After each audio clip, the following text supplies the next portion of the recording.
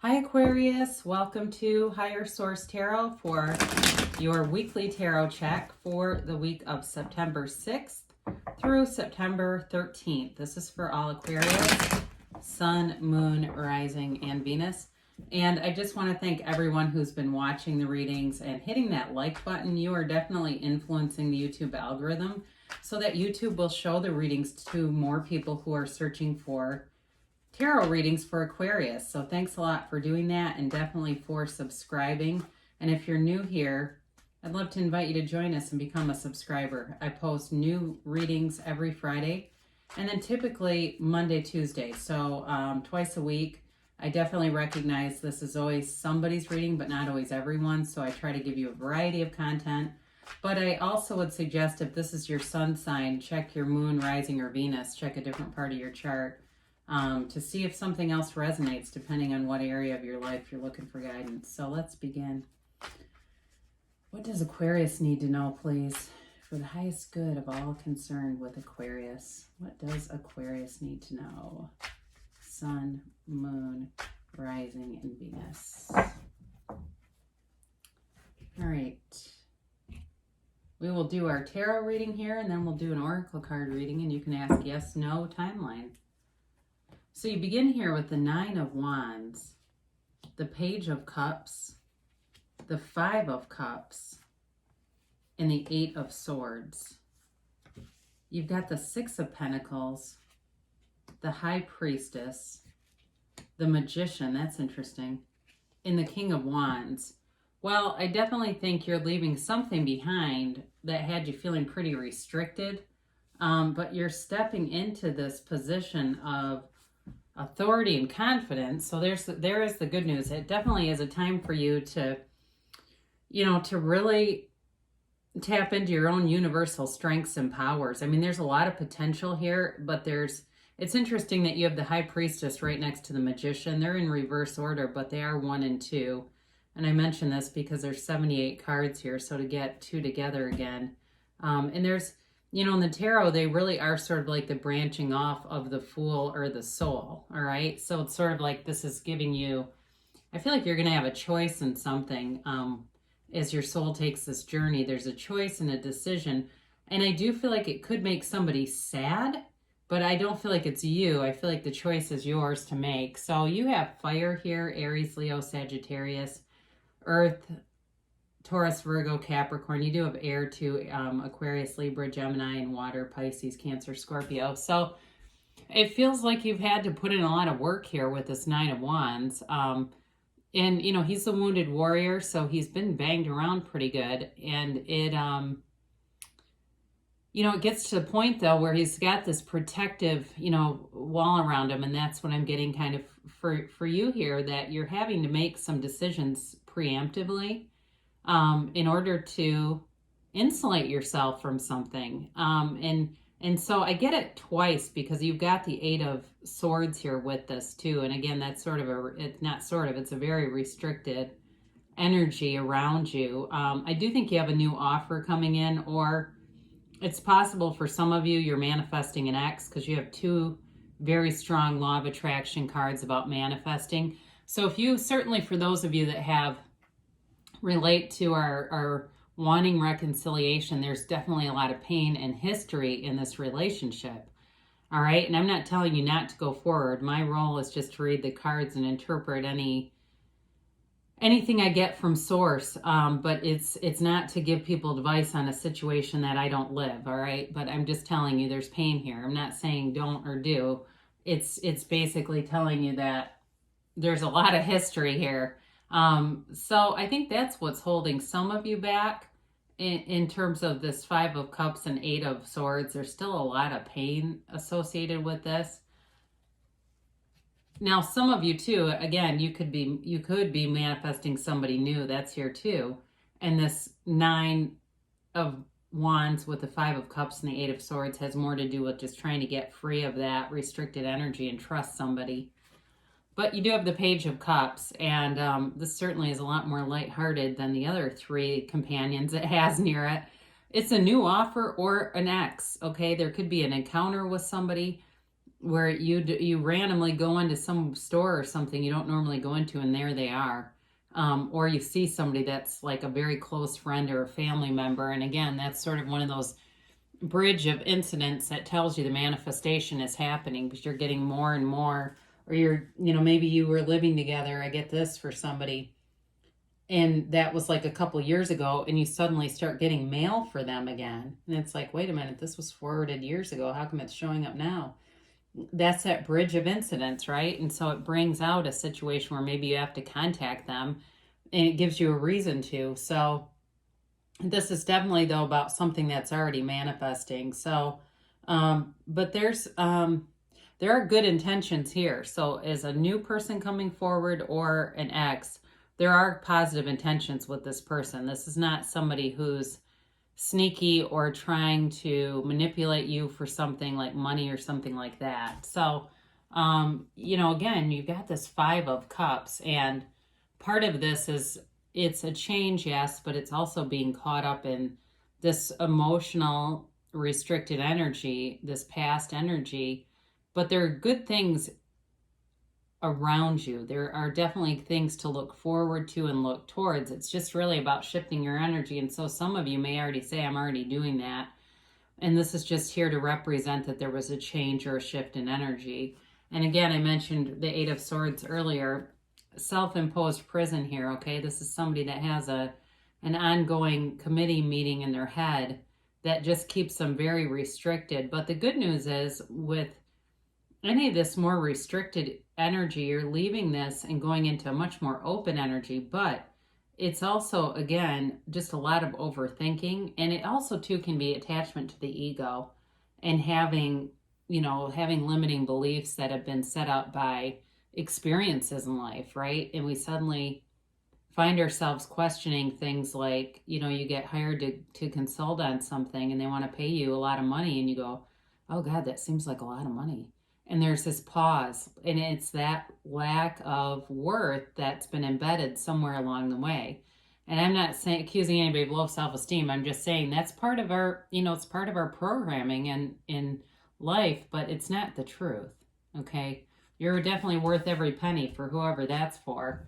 It does show money coming in, and there is balance here too with the Libra scales. So, be aware of that. Some of you may be having people looking to you to be be promoted or get into some kind of position where you have more responsibilities, but the money's definitely here. Now, in a relationship too, it's showing a path towards balancing out that restricted energy that you're coming out of, whoever that is for. And it's definitely showing a much more balanced influence and a feeling of relief, quite frankly. There's this tense energy up here, aside from the Page of Cups, but there's definitely this tension and sort of restricted pattern. This is where it gets interesting to me, because you have the High Priestess here. And there's a few different meanings that show up here in this reading. One is being true to yourself and definitely valuing yourself as a whole person, and really, really knowing deep inside of you that you are worth everything. You've got, the relationship. And I recently came across this interview from a long time ago on Oprah with the other woman. It was on YouTube, and I just clicked on it because Dr. Robin was on there. And she basically told this woman, look, you were the other woman because you didn't think you were worth an entire relationship. And so I thought that was kind of interesting. But anyway, it really is sort of this feeling of really tapping into your own worth, value, whether it's money, and there's, you're getting some kind of job or something where there's a lot more money, and it makes you kind of anxious. And somebody's even kind of jokingly saying, like, oh God, until they figure out who I really am. And they're saying it tongue in cheek, but there's sort of this embedded undercurrent, like there's some belief in that. So be aware of that too. Even kind of if you're somebody, especially with Aquarius, you like a lot of people, gregarious type of personality, especially if you make a lot of self-deprecating jokes. It might be good to monitor those, because we don't want to embed those in our subconscious and start seeing those things manifesting around us, even though it does seem, it's sort of a way to ease tension, I think. But anyway, the other thing with the High Priestess that really comes through with here is there's potential. There's potential, but you have to have action. And that's where the Magician comes in. These are really different energies. The High Priestess is extremely passive, whereas the Magician is like, take charge. So what I'm getting with these two showing up for you is you've got all this potential, and now you need the momentum to move it forward, and here it comes. So the Magician is all about manifesting in the 3D world. It truly is bringing heaven to earth. And so if you have a desire, somebody here is definitely interested in money because I see it coming in.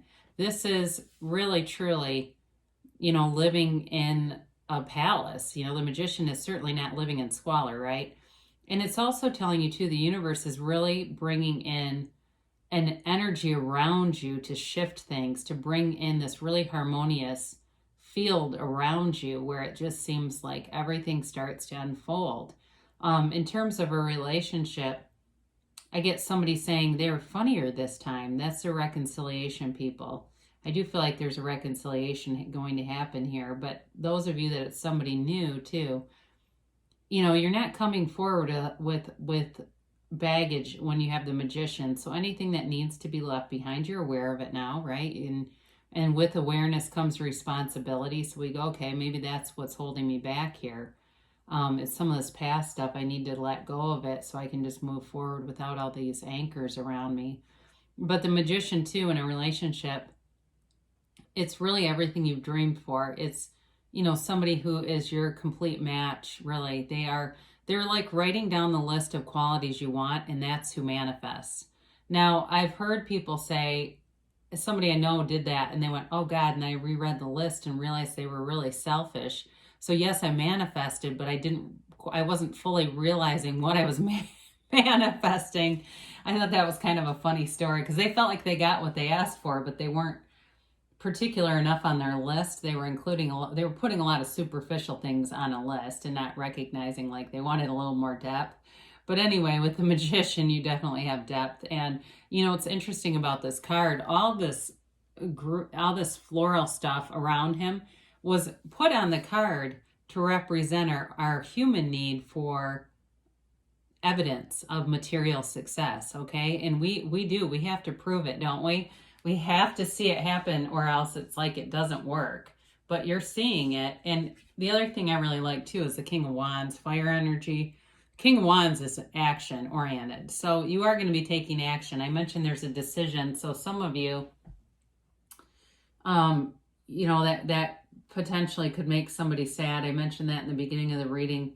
Some of you may make a decision in a career too that leaves some people behind, but it's the best thing for you to do. And that may be a very small percentage of people on here because as I got into the reading, that kind of dropped off, but then it comes back again to me that, yeah, that's got potential here.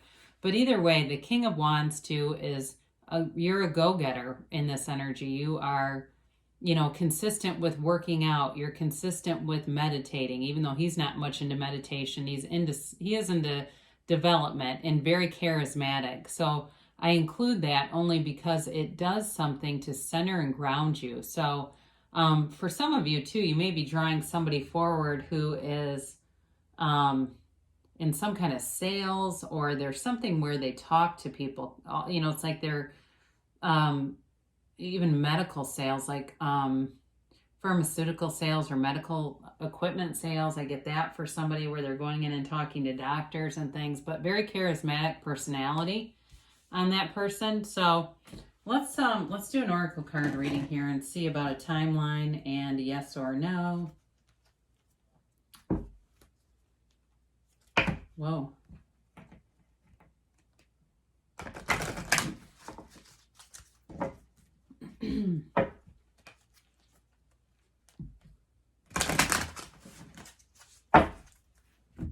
And timeline here for Aquarius.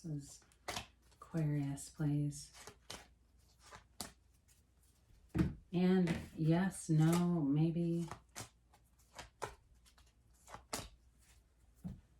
All right, so you have opportunity. So this is a golden opportunity, and I mentioned that something with work. maybe showing up here. For some of you, it's works. For some of you, though, I mentioned, excuse me, a chance encounter or something like that. And it definitely opens a door for you. All right. So if you've been really feeling like you wanted an opportunity, it's coming. Get more information. So for some of you, there may be more information that puts you at ease. For those of you that really are feeling that Eight of Swords energy, that may be the answer to just getting out of some of that and not overthinking things or being concerned about things. And then trust. So the universe is on your side. There's nothing that you can't have, do, or be. You can have it all. It really is up to you to tap into that part of you inside of you that really is who we are. That source energy. It says you're ready now. So, if there's, like I said, if there's some decision to be made, it's telling you to make it. And then the answer is yes. All right. So great things shall come to pass for you, Aquarius. I love you so much, and I'll be back again soon.